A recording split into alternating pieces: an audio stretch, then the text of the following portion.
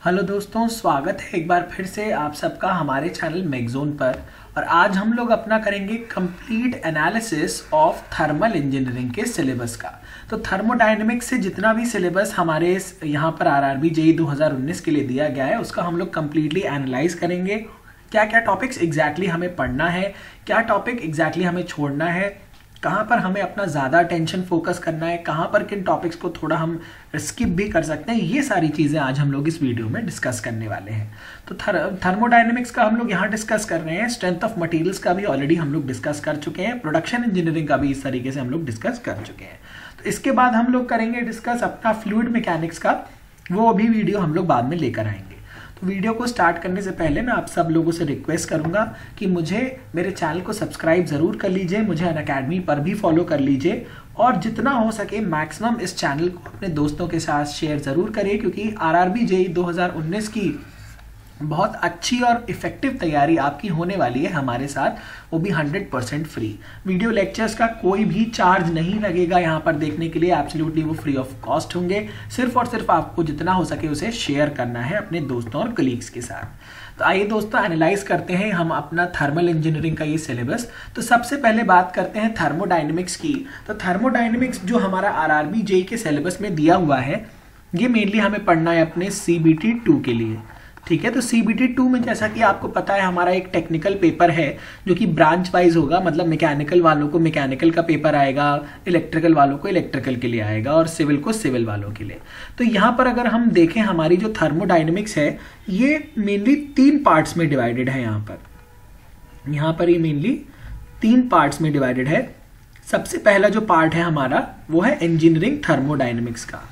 सबसे पहला पार्ट हमारा है इंजीनियरिंग थर्मोडायनेमिक्स, जो बेसिक हमारी थर्मोडायनेमिक्स है, ठीक है, वो है हमारा। फिर जो हमारा सेकंड पार्ट है वो हमारा हीट ट्रांसफर हो गया। ठीक है, हीट एंड मास ट्रांसफर में मास ट्रांसफर तो नॉर्मली होता भी नहीं है, पढ़ते भी नहीं है हम लोग बहुत ज्यादा, तो यहाँ पर सेकंड पार्ट है हीट ट्रांसफर। थर्ड पार्ट है हमारा आईसी इंजन्स। ठीक है, आईसी इंजन्स हो गए हमारे, इसके बारे में हमें पढ़ना है। और जो फोर्थ पार्ट है वो है हमारा रेफ्रिजरेशन एंड एयर कंडीशनिंग।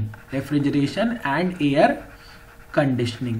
तो जैसे कि अगर आपने सिलेबस को देखा होगा आरआरबी जेईई के, तो बहुत लिमिटेड ही टॉपिक्स हैं जो हम लोगों को यहाँ पर पढ़ने हैं। गेट में जैसे सिलेबस होता है और इंजीनियरिंग सर्विसेज में होता है कि पूरे सिलेबस होता है, उसमें बहुत ज़्यादा टॉपिक्स होते हैं, बहुत ज़्यादा पढ़ना पड़ता है।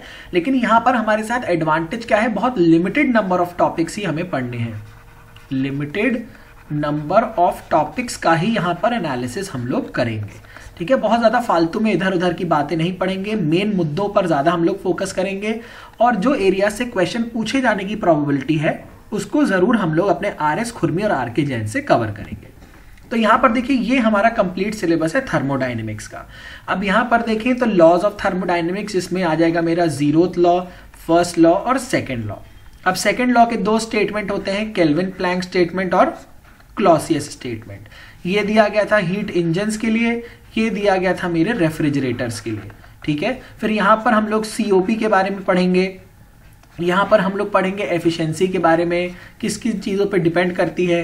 फिर थर्मोडायनेमिक टेम्परेचर स्केल भी यहाँ पर हम लोग देख लेंगे। ठीक है, तो उसके बाद हम लोग का यहाँ पर जो फर्स्ट लॉ है, फर्स्ट लॉ मेनली आपका एनर्जी कंजर्वेशन पर बेस्ड है। ठीक है, कि cyclic integral of delta Q is equals to cyclic integral of delta W, ये चीज पर बेस्ड है। फिर यहाँ पर हम लोग कुछ प्रॉपर्टीज के बारे में भी देखेंगे, इंटेंसिव प्रॉपर्टी होती है, फिर हमारी एक्सटेंसिव प्रॉपर्टी होती है। ठीक है, ये सब प्रॉपर्टीज के बारे में भी हम लोग पढ़ेंगे। Conversion of heat into work, vice versa. अब आपको पता है हीट हमारी लो ग्रेड एनर्जी है, तो उसको वर्क में कंप्लीटली कन्वर्ट नहीं कर सकते। ठीक है, कुछ पार्ट क्या होगा, कन्वर्टेबल हो जाएगा, कुछ पार्ट हमारा कन्वर्टेबल नहीं होने वाला है। ठीक है, तो वर्क जो है हमारा हाई ग्रेड एनर्जी, उसको आप हीट में कंप्लीटली कन्वर्ट कर सकते हो। तो क्या लिमिटेशंस है, ये हमारी सेकेंड लॉ से हमें पता चलती है। ये आपको पता है एनर्जी के फ्लो के डायरेक्शन के ऊपर कंस्ट्रेंट लगाया जाता है हमारे सेकेंड लॉ के द्वारा। ठीक है, तो सेकेंड लॉ अपने आप में बहुत ज्यादा इंपॉर्टेंट है और दोनों स्टेटमेंट्स हमें पढ़ना है, केल्विन प्लैंक पढ़ना है, क्लॉसियस पढ़ना है। कब हमारा केल्विन प्लैंक वायलेट होगा, कब हमारा क्लॉसियस वायलेट होगा। फिर इसमें हमारे कुछ टॉपिक्स हैं, PMM1 हो गई, perpetual motion machine of first kind हो गई, फिर perpetual motion machine of second kind हो गई, ये सारी चीज़ें इसमें हमारी हो गई। ये सब भी हमें यहाँ पर पढ़ना पड़ेगा। अब लॉज ऑफ परफेक्ट गैसेस, तो परफेक्ट गैसेस, आइडियल गैसेस के बारे में हम लोग को यहाँ पर पढ़ना है। वांडर वॉल इक्वेशन यहाँ पर पढ़नी है। फिर यहाँ पर हम लोग पढ़ेंगे अपने gas laws, PV is equals to nRT। फिर हम लोग पढ़ेंगे PV is equals to nR/T और PV is equals to mRT। R और R बार के बारे में यहाँ पर पढ़ना है। कैरेक्टरिस्टिक गैस कांस्टेंट, फिर यूनिवर्सल गैस कांस्टेंट, ये हमारा यूनिवर्सल होता है, ये हमारा कैरेक्टरिस्टिक गैस कांस्टेंट होता है। ये सब चीज़ें यहाँ पर हमें पढ़नी है। और बहुत इंपॉर्टेंट है, एडियाबैटिक कांस्टेंट के बारे में पढ़ेंगे। एडियाबैटिक इंडेक्स जो होता है हमारा, गामा, एडियाबैटिक प्रोसेसेस होती हैं। फिर थर्मोडायनेमिक प्रोसेसेस पढ़नी है। तो मेनली हमें पढ़ना आइसोकोरिक मतलब constant volume, constant pressure, constant temperature. Hyperbolic क्या होती है, PV to the power of n is equal to constant, जहां n क्या हो जाए, 1 हो जाए। तो ये हमारी हाइपरबोलिक टाइप की हो गई। ठीक है, तो ये भी एक तरीके से कह सकते हैं कि ये हमारी आइसोथर्मल ही है। ठीक है, आइसोथर्मल हाइपरबोलिक प्रोसेस भी कही जाती है। आइसेंट्रोपिक मतलब reversible adiabatic process, reversible adiabatic. तो रिवर्सिबिलिटी की कंडीशंस क्या होंगी, कब हमारा रिवर्सिबल कंडीशन अचीव होगी, कब नहीं होगी, ये हम लोग पता करते हैं अपनी क्लॉसियस की इनइक्वालिटी से। तो क्लॉसियस की इनइक्वालिटी बहुत इंपॉर्टेंट है। Summation of del Q upon T is less than और इक्वल्स टू 0, ये हमारी क्लॉसियस इनइक्वालिटी है। फिर पॉलीट्रॉपिक प्रोसेस के बारे में यहाँ पे पढ़ना है। पॉलीट्रॉपिक प्रोसेसेस में क्या होता है, PV to the power of n is equals to constant हो जाता है। n क्या है आपका, गामा नहीं होना चाहिए, 0 नहीं होना चाहिए, 1 नहीं होना चाहिए। ठीक है, तो वो हो जाती है हमारी पॉलीट्रॉपिक प्रोसेस। इसके अलावा यहाँ पर फ्री एक्सपेंशन नहीं दिया हुआ है, लेकिन हम लोग थोड़ा बहुत देख लेंगे कि फ्री एक्सपेंशन क्या होता है। तो फ्री एक्सपेंशन भी हम लोग स्टडी कर लेंगे। फिर हमारा थ्रॉटलिंग प्रोसेस के ऊपर दिया हुआ है। देखिए थ्रॉटलिंग प्रोसेस क्या होती है, जब भी किसी फ्लूइड को किसी बहुत पतले से कंस्ट्रिक्शन में से पास किया जाता है, लाइक ऑरिफिस में से, ठीक है, तो क्या होता है, उसका प्रेशर जो होता है ड्रॉप हो जाता है फ्रिक्शनल इफेक्ट्स के कारण। तो क्या क्या चीजें इसमें होती हैं, ये कांस्टेंट एंथैल्पी होती है, ठीक है, आइसेंथैल्पिक प्रोसेस होती है। ये सब चीजें हम लोग इसमें देखेंगे। एग्जाम्पल्स देखेंगे कि हमारा एग्जाम्पल्स क्या क्या होता है हमारी थ्रॉटलिंग प्रोसेस का। ये सारी चीजें हम लोग इसमें यहाँ पर पढ़ने वाले हैं। फिर PV डायग्राम्स भी यहाँ पर पढ़ेंगे। PV डायग्राम्स बहुत इंपॉर्टेंट है। PV डायग्राम से वर्क डन निकालना, फिर PV डायग्राम से एफिशिएंसी निकालना, PV डायग्राम से हीट ट्रांसफर निकालना, ये सारी चीजें हम लोग देखेंगे। पाथ फंक्शंस के बारे में पढ़ेंगे। फिर हम लोग पढ़ेंगे प्रॉपर्टीज के बारे में पढ़ेंगे, मैंने आपको बता दिया। फिर सिस्टम्स के बारे में पढ़ेंगे, हमारा open system, close system, isolated system, सारी चीजें हम लोग को यहाँ पर पढ़नी है। एंट्रोपी, अगर आप यहाँ देखें तो एंट्रोपी अलग से मेंशन नहीं है, लेकिन वो आपके सेकेंड लॉ का ही पार्ट है। ठीक है, सेकेंड लॉ में ही हम लोग को एंट्रोपी का भी पूरा एनालिसिस करना है। फिर अवेलेबिलिटी पढ़नी है, अवेलेबिलिटी पढ़ेंगे। फिर हम लोग क्या पढ़ेंगे, उसके साथ साथ हम लोग पढ़ेंगे Gauss Stodola theorem that T0 into delta S, ये क्या होती है, इरिवर्सिबिलिटी। इरिवर्सिबिलिटी भी हम पढ़ेंगे यहाँ पर अपने सिस्टम में। तो ये पूरा हो गया एनालिसिस हमारे थर्मोडायनेमिक्स का। ठीक है, तो यहाँ पर देखिए सिलेबस भले ही आपको बहुत थोड़ा सा दिया हुआ है, लेकिन चीजें तो उसमें हम लोग को पढ़नी ही पड़ेंगी, क्योंकि लगभग 100 नंबर का पेपर आएगा और सिलेबस बहुत लिमिटेड है। तो डेफिनेट सी बात है, नंबर ऑफ क्वेश्चंस जो कि पूछे जा सकते हैं काफी ज्यादा पूछे जा सकते हैं। छोटे छोटे थ्योरेटिकल क्वेश्चंस, लेकिन बहुत लॉजिक बेस्ड क्वेश्चंस यहाँ पर पूछे जाएंगे। अब देखिए दोस्तों, यहाँ पर हमें हीट ट्रांसफर का भी सिलेबस कुछ एनालाइज करना है। तो हीट ट्रांसफर में मेनली हमारे 3 पार्ट्स होते हैं। एक होता है कंडक्शन, एक होता है कन्वेक्शन, एक होता है रेडिएशन, और एक चैप्टर है हमारा हीट एक्सचेंजर के ऊपर। ठीक है, एक है हमारा हीट एक्सचेंजर के ऊपर। ये हम लोग को गेट में पढ़ना रहता है, लेकिन अब देखते हैं आरआरबी जेई के लिए हम लोग को कितना पढ़ना है यहाँ पर। तो देखिए मोड्स ऑफ हीट ट्रांसफर, भाई मोड्स ऑफ हीट ट्रांसफर में तो तीनों आ गया, मेरा कंडक्शन आ गया, मेरा कन्वेक्शन आ गया और मेरा रेडिएशन आ गया। मतलब एक बहुत बेसिक सा ओवरव्यू तीनों प्रोसेसेस के बारे में, और तीनों को हम लोग क्या करेंगे, कंपेयर भी करेंगे यहाँ पर। तीनों में क्या मेन डिफरेंसेस होते हैं, कैसे एनर्जी का ट्रांसफर होता है। ठीक है, फिर थर्मल कंडक्टिविटी आपको यहाँ से पढ़नी पड़ेगा फोरियर्स लॉ। ठीक है, यहाँ से हम लोग पढ़ेंगे फोरियर्स लॉ ऑफ हीट कंडक्शन। ये होता है Q is equal to -KA/dT/dx। ठीक है, तो यहाँ से हम लोग पढ़ेंगे अपनी थर्मल कंडक्टिविटी के बारे में, क्या यूनिट होती है, गैसेस के लिए कैसे वेरी करेगी टेम्परेचर के साथ, लिक्विड्स के लिए कैसे वेरी करेगी टेम्परेचर के साथ। ये सारी चीजें हम लोग यहाँ पर बहुत अच्छे से पढ़ने वाले हैं, बहुत डीप एनालिसिस करेंगे। फिर हमारा देखिए कन्वेक्टिव हीट ट्रांसफर, अगर देखिए प्रोडक्शन की तरह थर्मल का भी सिलेबस हमारा अच्छा खासा है यहाँ पर।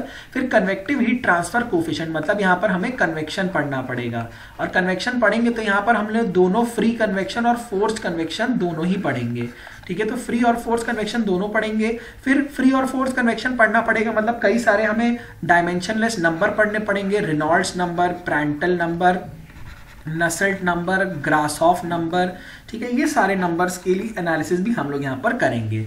उसके साथ रेनॉल्ड्स कोलबर्न एनालॉजी भी पढ़नी पड़ेगी, मैकएडम्स इक्वेशन पढ़ना पड़ेगा। ये सारे इक्वेशंस हम लोग देखेंगे यहाँ पर, और ये होगा हमारा कन्वेक्शन वाला पार्ट। फिर देखिए Stefan Boltzmann law. Stefan Boltzmann law हमारा रेडिएशन चैप्टर में, ठीक है। तो रेडिएशन चैप्टर भी काफ़ी इंपॉर्टेंट है। यहाँ पर एमिसिव पावर देखेंगे, एमिसिविटी देखेंगे, फिर स्पेक्ट्रल एमिसिव पावर देखेंगे, ठीक है। फिर हम लोग वीन्स डिस्प्लेसमेंट लॉ देखेंगे। फिर हमारा कर्शॉफ्स लॉ है यहाँ पर कि absorptivity is equals to its emissivity, ये हो जाता है हमारा कर्शॉफ्स लॉ। फिर उसके बाद प्लैंक्स लॉ भी देखेंगे यहाँ पर। बाकी सारे जितने भी इंपॉर्टेंट लॉज हैं सब हम लोग को यहाँ पर स्टडी कर लेंगे। फिर overall heat transfer coefficient you है, उसका भी एनालिसिस हम लोग को यहाँ पर करना है। तो ऑल ओवर देखें तो पढ़ना तो पूरी ही चीजें हैं, लेकिन टॉपिक्स इन्होंने क्या कर दिए, बहुत कन्फाइंड कर दिए, एक एक लाइन में लिख दिया है। लेकिन यहाँ हम लोग पढ़ेंगे पूरी चीजें, छोड़ना हमें कुछ भी नहीं है, क्योंकि टेक्निकल हमारा एसएससी जेई के लिए वो यूज हो जाएगा। हालांकि हीट ट्रांसफर हमारे एसएससी जेई में नहीं है, ठीक है। हीट ट्रांसफर जो है हमारे एसएससी जेई के सिलेबस में नहीं है, लेकिन हमारे गेट में है, इंजीनियरिंग सर्विसेज में, हर एग्जाम में पूछा जाता है। आरआरबी जेई में भी हमारे यहाँ पर देखिए दिया गया है। अब नेक्स्ट देखते हैं इंटरनल कंबस्टन इंजन्स और आईसी इंजन्स, ठीक है। तो आईसी इंजन्स जो हमारे गेट में है वो थोड़ा फ्यूल्स के बारे में हम लोग को पढ़ना रहता है। फिर वहाँ पे साइकिल्स जो होती हैं, स्टैंडर्ड एयर साइकिल्स, वो हमें पढ़नी होती है। तो यही मेन सिलेबस है। अब देखते हैं आरआरबी जेई में क्या क्या चीजें हैं। देखिए काफी चीजें हम लोग को पढ़नी है यहाँ पर। एयर स्टैंडर्ड साइकिल्स पढ़नी है, कार्नोट साइकिल पढ़नी है, कार्नोट थ्योरम पढ़ना पड़ेगा, ऑटो साइकिल, डीजल साइकिल, फिर डुअल साइकिल भी होती है। इन सब की कंस्ट्रक्शन कैसे होगा, इसका वर्किंग कैसे होगा। फिर कंपैरिजन ऑफ डीजल इंजन और पेट्रोल इंजन, मतलब सीआई एंड एसआई दोनों इंजन्स का कंपैरिजन हम लोग को यहाँ पर देखना पड़ेगा। ये बहुत बहुत इंपॉर्टेंट है, इसमें से क्वेश्चन जरूर पूछे जाते हैं। Systems of internal combustion engine हो गया, फिर परफॉर्मेंस हो गए, ये सारी चीजें हम लोग को पढ़नी है। ब्रेक पावर होती है, फिर हमारी शाफ्ट पावर होती है, फिर मैकेनिकल पावर होती है। ये सारी चीजें जो हो गई हमारी performance of internal combustion engines में सारी चीजें आ जाएंगी। तो देखिए यहाँ पर फ्यूल्स के बारे में आपको नहीं पढ़ना है, फ्यूल्स के बारे में आपको नहीं पढ़ना है, वो नहीं दिया हुआ है, तो हम लोग उसको नहीं पढ़ेंगे। एक बेसिक सा ओवरव्यू जरूर ले लेंगे, कोई चीज छूटे ना, क्योंकि अगर एग्जाम में आ जाए तो हम उसको भी सॉल्व कर लें।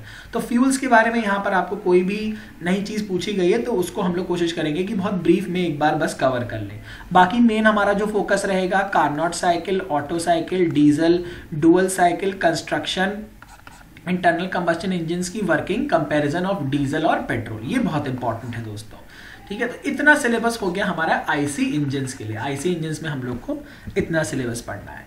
अब लास्ट जो यहाँ पर पार्ट आता है रेफ्रिजरेशन एंड एयर कंडीशनिंग, तो गेट में भी बहुत कम है और यहाँ पर भी हमें बहुत कम सिलेबस दिया हुआ है आरआरबी जेई के लिए, ठीक है। बहुत कम सिलेबस है, ये पूरा का पूरा थर्मल या थर्मोडायनेमिक्स के अंडर में इन लोगों ने दे दिया है। देखिए यहाँ पर क्या पढ़ना पड़ेगा, कंप्रेसर्स के बारे में पढ़ना पड़ेगा। तो कंप्रेसर्स की थ्योरी हम लोग देखेंगे पूरी, ठीक है। जितने हमारे इसमें टर्म्स होते हैं, इंपॉर्टेंट टर्म्स, ये सारी चीजें हम लोग यहाँ पर देखने हैं। फिर कंप्लीट एनालिसिस करेंगे, कुछ अच्छे एमसीक्यूज भी लगाएंगे, कुछ अच्छे न्यूमेरिकल भी लगाएंगे जो हमारे आरएस खुरमी और आरके जैन में दिए हुए हैं। देयर साइकिल्स, अब साइकिल्स कौन कौन सी हो गई, वेपर कंप्रेशन रेफ्रिजरेशन साइकिल हो गई, वेपर एब्जॉर्प्शन रेफ्रिजरेशन साइकिल हो गई। मेनली दो साइकिल होती हैं, और बेल कॉलमैन साइकिल होती है, ठीक है। बेल कॉलमैन साइकिल या रिवर्स ब्राइटन साइकिल, आरबीसी, ये चीजें हम लोग को यहाँ पर देखनी है, ठीक है। उसके बाद principles of refrigeration plant. Refrigeration plant हालांकि हम लोग गेट में बहुत ज्यादा नहीं पढ़ते हैं, सिलेबस में नहीं है, लेकिन यहाँ पर इंक्लूडेड है, तो इसकी थ्योरी हम लोग बहुत अच्छे से पढ़ेंगे। और इससे रिलेटेड जो भी चीजें हम लोग बहुत ध्यान से यहाँ पर पूरा सिलेबस कवर करेंगे।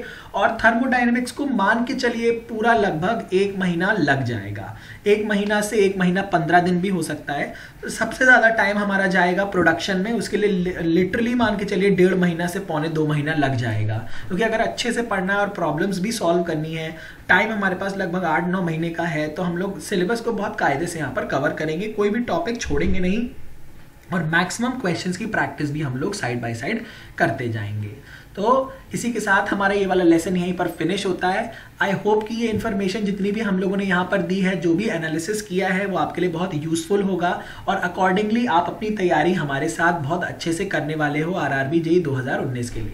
तो दोस्तों आप लोगों से बस यही रिक्वेस्ट करूंगा कि इसको मैक्सिमम से मैक्सिमम शेयर करिए अपने दोस्तों के साथ, कलीग्स के साथ, और उनको भी बोलिए कि वो भी अपने फ्रेंड्स के साथ शेयर करें, ताकि मैक्सिमम लोगों के पास तक जो अच्छा क्वालिटी इंफॉर्मेशन है, अच्छा क्वालिटी मटेरियल है, वो पहुंच सके और उनका सिलेक्शन आरआरबी जेईई 2019 में पक्का हो जाए।